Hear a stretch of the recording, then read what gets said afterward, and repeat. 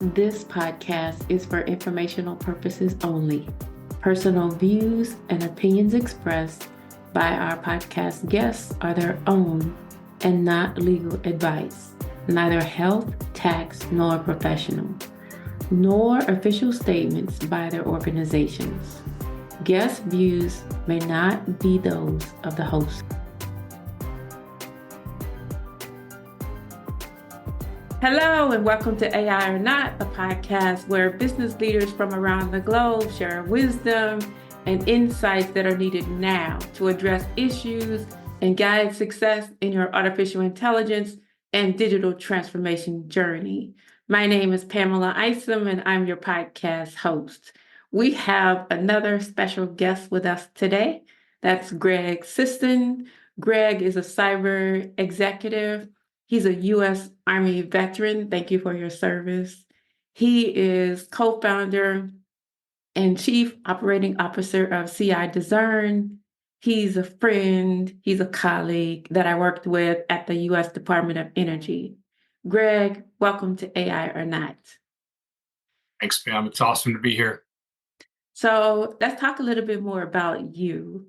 Tell me about yourself. Tell me about your career journey, how you got where you are today. What caused you to dive into entrepreneurship? Great. I'll try to just highlight the wave tops here. It's been a while, but I actually spent almost 40 years in public service. I started out enlisted in the Army and then went to Officer Candidate School and got a commission as a communications officer in the Army. Retired from the Army in 2004. I was in a training organization at that time. It was called Joint Forces Command, and we were in what they called the J7, which was the Joint Warfare Center. And I was very fortunate to be able to retire and go straight into government service and serve in a technical role there, helping the mission rehearsal program, preparing large joint staffs to go to Kabul and Baghdad. And I did that for about 10 years. And it was an amazing opportunity to continue to give back to the mission, support the mission and training of those staffs. Then I did a short stint in the Joint IO range as the deputy program manager. The Joint IO range is a DoD closed loop range to test offensive and defensive cybersecurity capabilities. And then I was given an amazing opportunity to join the Defense Senior Leader Development Program. It was a 2-year program designed to prepare government civilians across the Department of Defense for senior executive service. And so a part of that was spending a year at the Navy War College up in Newport, Rhode Island. And then I came back to the Pentagon and helped to develop the DoD's first cyber strategy, and then went up to an organization called Joint Force Headquarters DoDIN, which is the defensive arm of U.S. Cyber Command, where I was the Deputy Director of Operations, or Deputy J3, and then the Chief of Staff of that organization. And then in 2018, I moved down to the U.S. Department of Energy, where I held a number of roles there, but culminated my civilian career as the CISO at the U.S. Department of Energy, which is where we met. Yeah. And so as far as entrepreneurship, I actually left government service in 2022 and decided to go into industry. And I joined Ernst & Young as a consultant, working with energy companies and manufacturing companies to help their CISOs with their cyber program transformation. It was an amazing opportunity. And that's where I met our founding partner, our managing partner of CI-Discern, Dylan Diefenbach, and led the cyber and energy practice in the Americas. He was a partner at EY. And late last year, our granddaughter was born. And our daughter actually lives overseas. And our granddaughter was born in December of last year. And I really started to think about what was important and what I wanted to focus on in the next 5 or 10 years. And so Dylan and I started to talk. And the more we started to talk, we settled on this idea of why don't we go out and take the experience and the people we know and do something that we want to do and focus on our families and focus on things that we want to work on and go out there and help companies. Really, that's where the name of the company, this was all Dylan that came up with this, but it's really interesting. And it's a great lead in to the discussion we're going to have today, because the word discern, it's really about discerning perception versus reality and helping companies take a discerning look at risk. And so as we start to talk about AI and AI risks and benefits, it's all about taking a discerning look. And so that's where the company name came from. Mm-hmm. That is my journey to entrepreneurship. Well, congratulations. I'm excited for you. I did the same thing, similar trail, but I just always thank people for their service. So I'm going to do that one more time because your service is what keeps us safe. And even in the cybersecurity realm, our service in the cybersecurity realm keeps us safe. So I really appreciate it. And thank you again. I'm fascinated with what you're doing today, but I'm fascinated with your background because also you were at DOD, you served in the military, you mentioned Kabul. I am excited for you and the grandbaby. So congratulations on that. I know that feeling too. And so I want to go into a little bit more discussion around discern because I like how you said that. So let's go deeper into discern. How do you discern in this digital transformation era? What are some examples of how we would discern risks and how we would discern how organizations can be successful and effective? I think it's all about, and this really applies across the board, it's about understanding the organization, understanding the mission of the organization, and how, as cybersecurity professionals or technical professionals, what our role is in enabling those missions. And in order to do that, we have to talk to the stakeholders. We have to get down to each of the different parts of the department or the agency or the organization and really understand what they're trying to do. You can't put in place security policies. You can't put in risk controls and risk mitigation steps without understanding the potential impact of those steps or those controls on their mission. The other thing that we have to do is really understand and have good asset visibility. And when I'm talking about assets, this will bring true with you. You'll understand this is I look at data as an asset. A lot of people look at hardware and software as their big asset inventory, but I think data is even more important as assets and having a good understanding and inventory of your data assets, but also being able to classify that data so that you understand how to protect it, where it's located, and who has access to it. And by doing that, then you can start to have a discussion around AI and how AI could potentially be a benefit or a risk, depending on how employees or how the organization wants to use certain tools.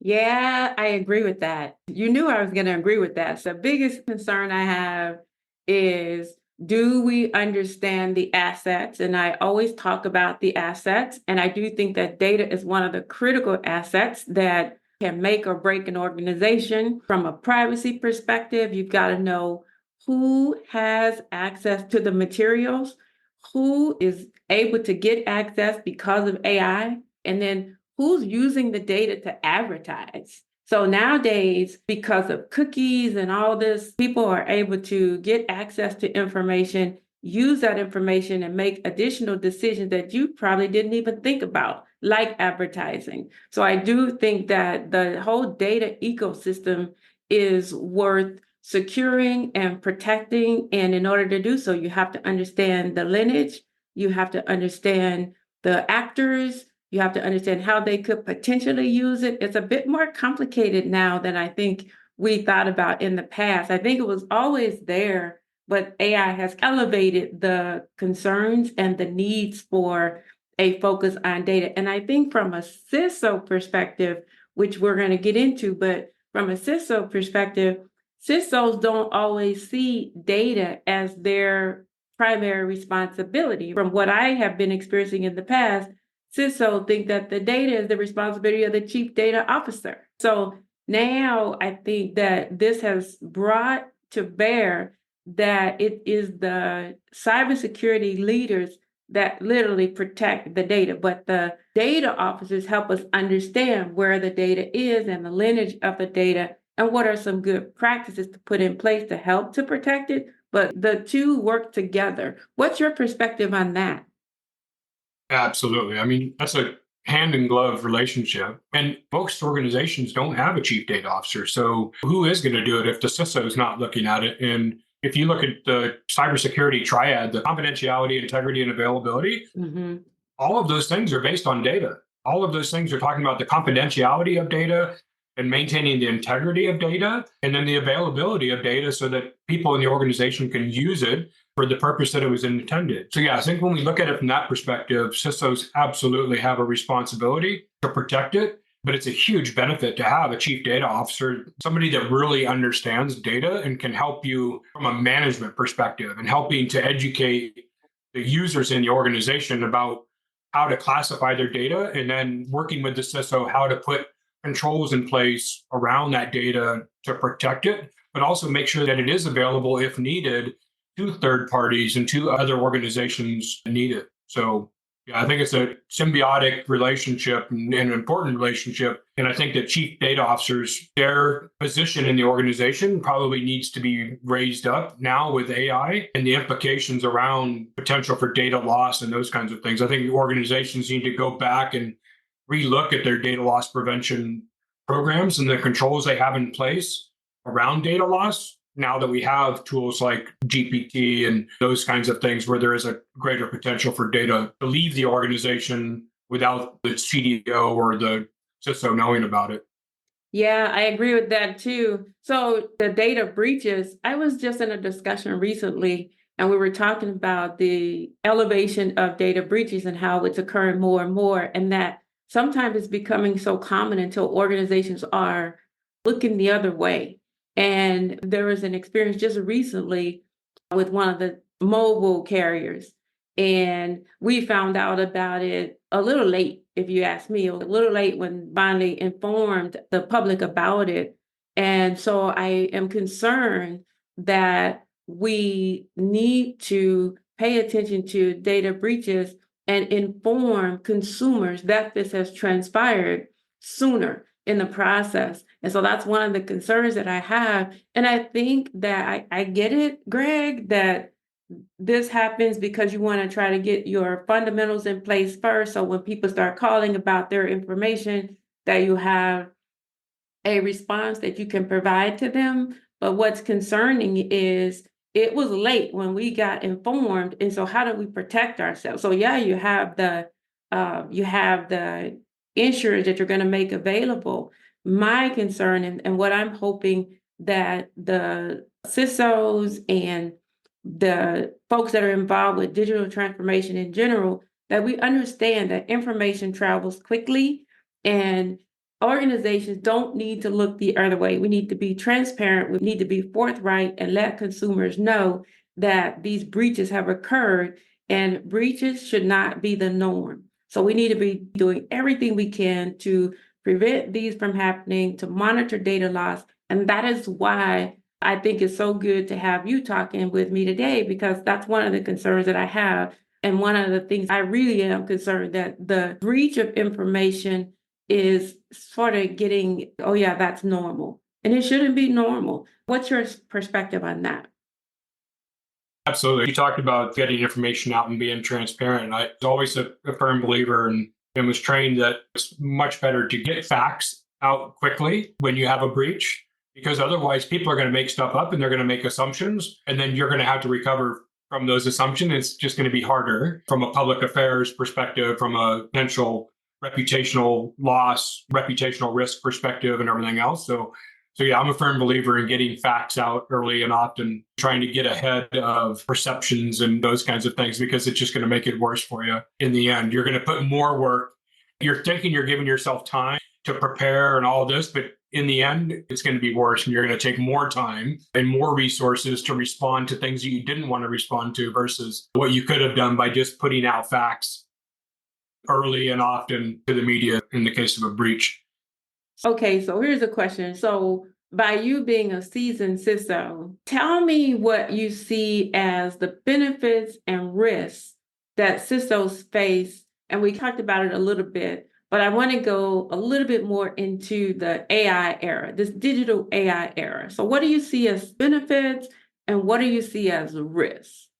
I think the benefits are very apparent. There are tremendous benefits around contracting. There's a list of things that are hugely valuable to organizations to not only take high demand, low density parts of their workforce and relieve them of a lot of responsibilities that can easily be put into a generative AI tool or an AI tool that will help them do tasks and relieve them of those tasks and enable them to focus on other things. And so I think that's hugely valuable. And there's a never ending list of the benefits of AI in an organization. I think where CISOs get into trouble is when they can't see those benefits, when they look at it just through a risk lens and they try to ban it. Say, we're not going to do AI. We're not going to allow people to use ChatGPT. We're not going to allow access to these tools. Because anytime you do that as any executive, and especially as a CISO, then inevitably you're going to have shadow AI. And what I mean by that is you're going to have people in the organization, they're going to want to do it because they see the value in how it's going to make their job easier. So they're going to do it. They're going to find ways to do it. And so they're going to find ways to circumvent the controls that you've put in place and open up additional attack vectors potentially and open up additional risks that you don't want. So I think the most important thing is to go back to that understanding of the organization and the mission and talking to stakeholders about how do you want to use AI? How have you as an organization identified uses for AI?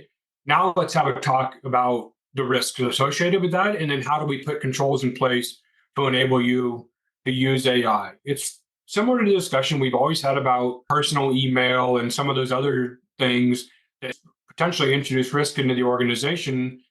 The response is always, well, you can't do personal email. Let's talk about, yes, you can, but here's the way you do it responsibly. Our pre-discussion around responsible, and that's, I think, the most important word when it comes to AI is how do we do it responsibly?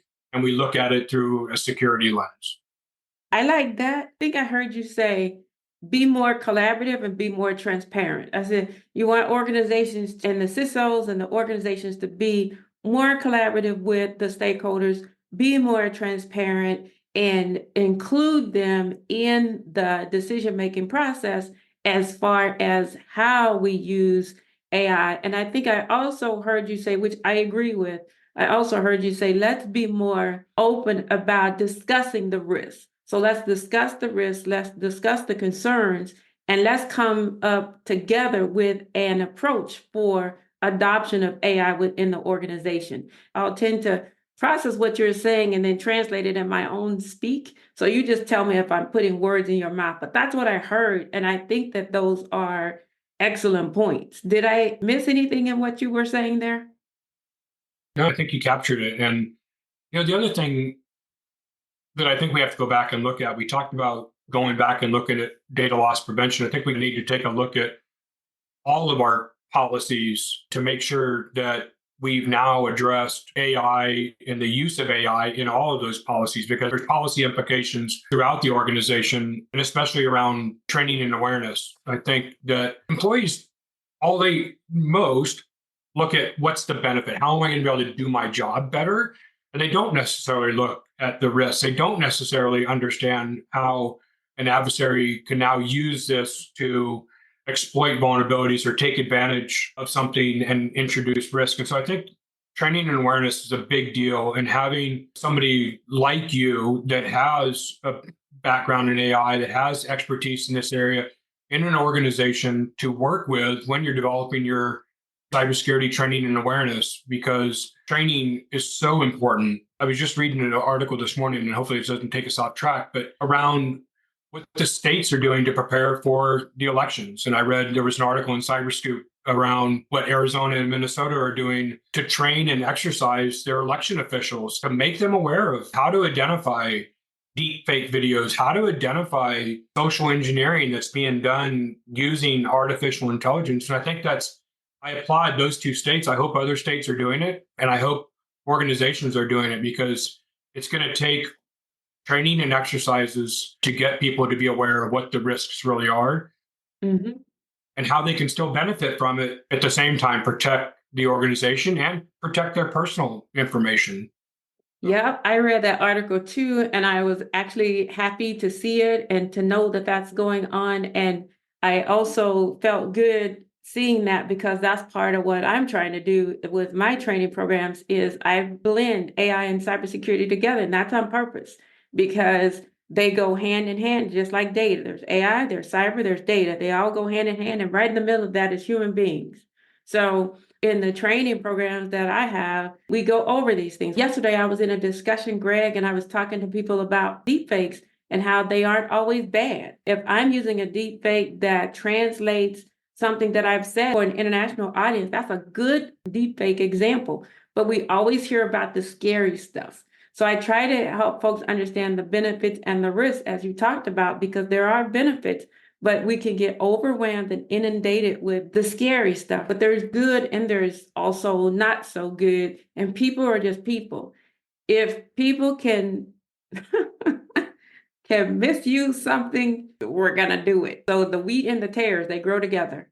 That's what I was brought up knowing, is the wheat and the tares, they grow together. So we have to have stewards in the mix to help keep everything on track. And that's why governance is so important. That's why I teach ethics. That's why we do these things, to help us understand. And the way to understand what the states are doing and what we were just talking about, it's transparency. It's full transparency, because if I go to a site, I remember this week, I was getting ready to pay for something. And you should have saw me looking for ways to check online to make sure this is an authentic site. I wanted to be sure. And we have to do that. We just have to do that because of the bad use cases of AI and the harmful bias. So I think that those are good examples. This morning, I was reading about a good use case of AI, which had to do with using drones. And I know we talked about this when we were at Energy, but we're talking about using drones to assess the critical infrastructure and the health of the infrastructure. And one of the cities in California is moving forward with that. And they're using the drones. Well, behind that is artificial intelligence. So that when I looked at that, I thought, okay, this is good. This is good. This is computer vision, and using the computer vision tools and capabilities, which is a great use case. But I thought about the security part. So they just go hand in hand. So I don't know if I know we're dealing with critical infrastructure and CI, critical infrastructure. Energy is one of those critical infrastructure components. So it made me think about that. What do you think about the drones? Yeah, I think you were spot on. Drones are extremely valuable, especially from a physical security, safety. Safety is huge. I mean, why put a human on a large transmission line, long transmission lines? Why put humans out there on those roads to inspect those big transmission lines? Why put them up on the towers when you can fly a drone up on a 5G tower, on a transmission line, down hundreds of miles of transmission lines through country that you don't want people driving on? So certainly from a safety perspective in energy, it's huge. Mm-hmm. From a physical security perspective, being able to inspect substations, to look for breaches in physical security, to watch for physical security threats. We've had a number of instances around the country where we had people shooting at substations. So if we can use drones and other autonomous vehicles to do that, to protect those assets without having to put humans there, I think it's amazing. Other ways to use artificial intelligence. I mean, we're seeing a lot of energy companies and other thinking of new ways to use machine learning and artificial intelligence algorithms to do all sorts of things in energy around resiliency, reliability, understanding vulnerabilities in the electrical grid, and those kinds of things. So yeah, there's huge benefits to the energy sector as well as other critical infrastructure sectors. Yeah. Okay. So we were talking about governance, risk, and compliance, GRC, earlier. And so I just want to probe a little bit more or discuss a little bit more how we see those programs evolving. Particularly, I know we talked about the CISO and the CISO's role and responsibility, but what about the GRC programs? Do you think that they are evolving at the pace that they should be in this AI era, or what's your take? This as well. I mean, it's really organization dependent. It's how much the leaders in the organization want to take the initiative to make sure that they're using artificial intelligence to advance their governance, risk, and compliance programs. I would absolutely use AI and GPT, generative AI tools to write policies. And when I say that, I don't mean to write the policy and then take it straight out of the tool and issue it to an organization, but certainly I would have loved to have had those kinds of tools to at least draft the policies and then give it to a team of people, at least give them a head start, give them a warm start to developing a policy. Mm-hmm. I mean, it's amazing. I've had some people giving me examples of policies that were generated from an AI-based tool, and they're pretty darn well done. They don't take a lot to then take your experts and understanding of your mission and how that policy applies to your organization and making some small tweaks to it. What an amazing savings in time and resources and being able to use that to do policy generation. So I think from a policy perspective in that part of GRC, I think it's amazing. And I think we should all take advantage of it from that perspective. I think the other thing that we talked about earlier was just going back. I think that it's very important to go back and review your governance process and your compliance process and those things. Training and awareness falls underneath there as well, which we talked about. But I think it's just important for everybody to go back and review all of those things to really understand whether or not they cover all of the risks and the benefits that artificial intelligence introduces to the organization. I agree. I think that the continuous monitoring of any material that is generated for us via AI technologies, there needs to be humans in the loop. And I'm going to come back to that, but there needs to be the humans in the loop. And not only that, but the continuous monitoring because of the fact that situations change. So a policy that's effective is reviewed by the ethics team, for instance, for ethical assurances and the risk management teams for risk mitigation purposes. That's a good thing, but that should be a part of that process. The problem with that is I'm getting complaints that humans slow things down. Those are discussions that I've been involved with. I've literally been in debates, right? Because people are like, humans are starting to slow things down. What I always say is that may be true. Humans are also biased. Not everyone is introducing harmful bias. And that's why we talk about diversity of opinions, the diversified stakeholders, diversity of opinions, diversity of perspectives. So I think it's important to break the collateral that's generated by AI into groups and determine what use cases make the most sense for AI. I think a policy like what you described is a good example because it just literally helps with the development of the policies. And then you just have those checks and balances in place. But I tell you, I was in an interesting discussion this week where one of the people were just saying, as long as we keep humans in the middle of it, it's going to slow things down because humans are biased in themselves. And I, again, re-emphasize the need for it. That's why you have diversity of opinions, diversity of perspectives. I even go back to the example that we mentioned earlier about the automation of the drones that are looking at the utility lines and the fencing and the perimeters and everything for safety to keep humans out of harm's way. There still needs to be a human in there somewhere. And my response to that person was, I know that we still need to get to the place where automation is where there's minimum human interjection, but there has to be, for many reasons. If the AI is building the rules for itself, if it's starting to decide on itself what needs to be done, humans need to be able to shut that thing down if it goes off. So you cannot take humans out of the loop in its entirety. But those are discussions that we're starting to have because there's concerns. I'm so glad you teed this up because I did want to go back to the human element. And I was so glad when I was reading the policies and things that are coming out from the White House, that are coming out from the Department of Energy and talking about responsible use. They're talking about responsible AI. They're talking about the development of these learning models. And you were talking about biases. I mean, unfortunately, those biases can be taken into learning models. The artificial intelligence starts to develop those biases. And so I think it's so important that we look at this across a very diverse spectrum, that we really understand the roots of how AI performs and how it learns, and making sure that we have very, very strict controls and regulatory oversight into the development of those learning models so that we don't allow the wrong biases to be interjected into those. And then we pay for that later on down the line. And I may be mixing up something, but you can probably expound on that a little bit. But I think the human element part of the training of those learning models is, and the biases that could be introduced, is an important discussion. It is, you got it. The easiest thing to do, and it's not easy, by the way, But the most straightforward thing to do is to understand where you want second and third opinions, second and third points of view. So independent assessments, secondary points of view, secondary perspectives.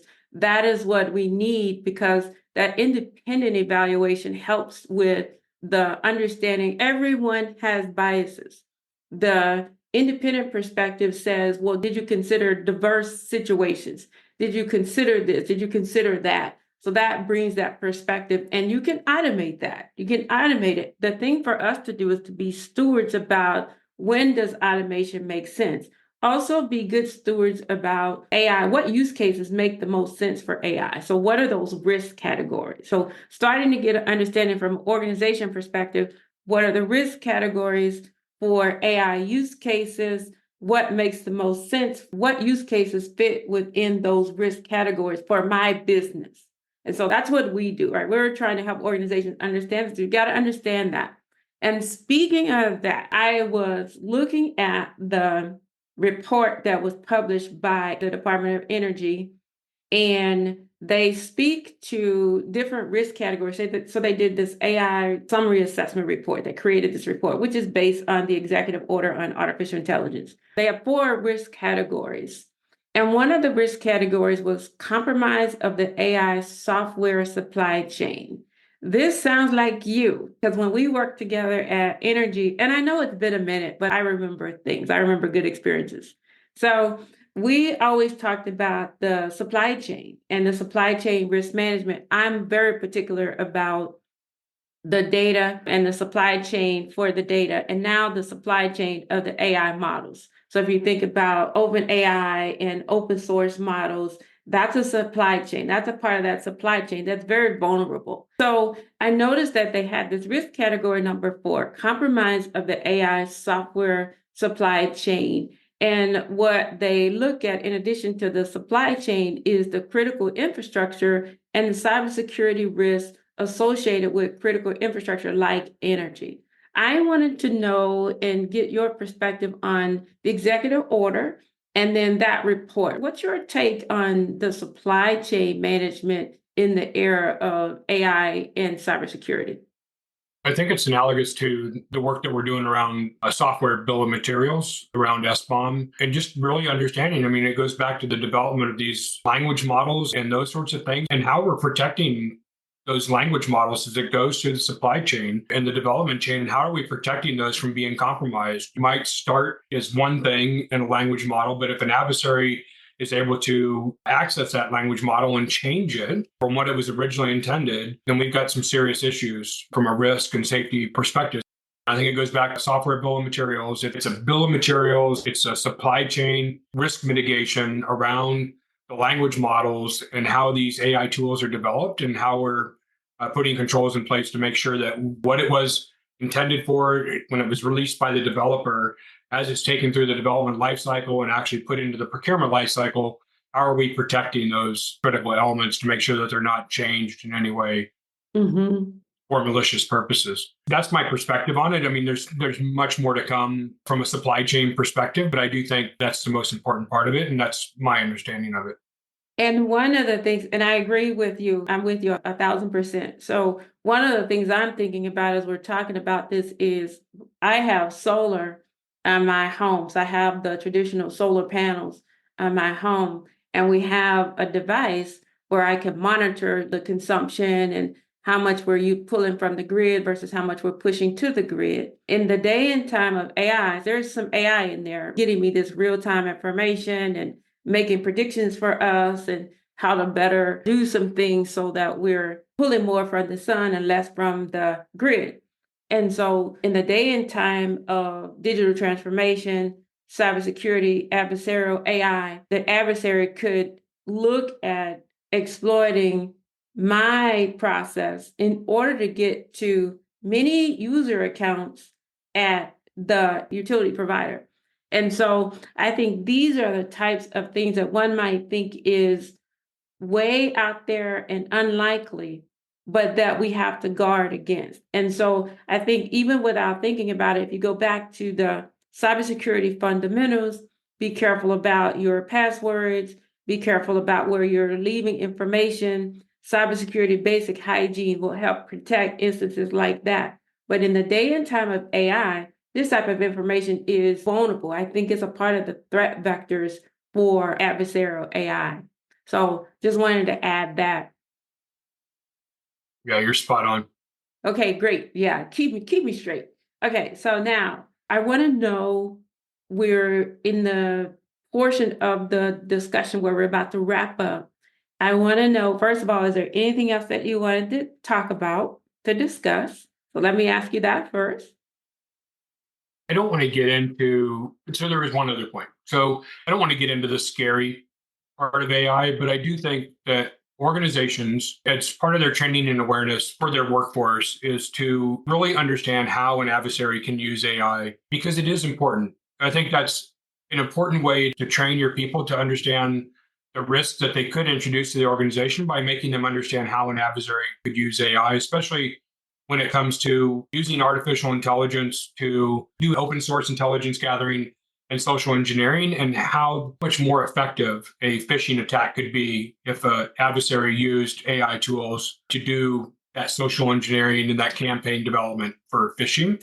So I think that's important for people to understand. And it's also important, going back to the discussion around training people around AI and how deepfake videos can erode trust and how people inside the organization can recognize malicious deepfake videos and how those videos could be used to impersonate not only political figures in the country, but also executives and other people inside their organization to get them to do something malicious, like transfer money or do things like that. So I just think the adversarial part of AI and the threat part of it is very important for people to integrate into their training and awareness program for their organizations. So that was the last point. I think that's an excellent point. I'm going to reach out to you outside of this and share some things with you as far as what I'm doing with my training programs, so you can see the adversarial components, because you're right, you want to balance the good and the adversarial components, but you don't want people to be in the dark. So I'm gonna get with you and share a few things with you, and then I'm gonna see if you have some perspectives, because I know you do. Excellent. As we wrap up here, do you have any words of wisdom or experiences that you'd like to share with the listeners?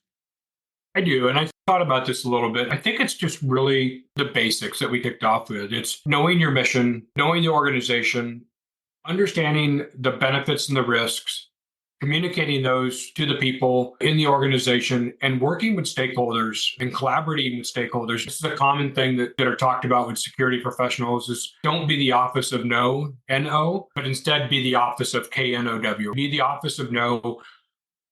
Take the time to educate yourself and your staff on how artificial intelligence works, how it can be used for good, but also understand it from the same perspective of how it can introduce risks, and then communicate those and train the people in the organization. But I think that's my parting words. That's pretty cool. So don't be the opposite of no, but be the opposite of K-N-O-W, and make sure you stay collaborative.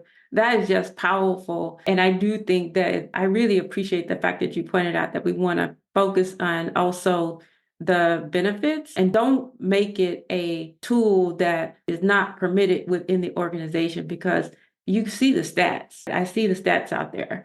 People are using generative AI. There's numbers that came out this morning, even organizations and workers within organizations are using AI, whether the leaders approve it or not, even if they have to put it on their personal devices, but they're using it. And how are you going to retain staff if you're blocking the use of tools that they need to use? I appreciate it. I really want to thank you for taking the time to talk to me today, and for participating in this podcast effort, and for all your support that you have provided and that you continue to provide.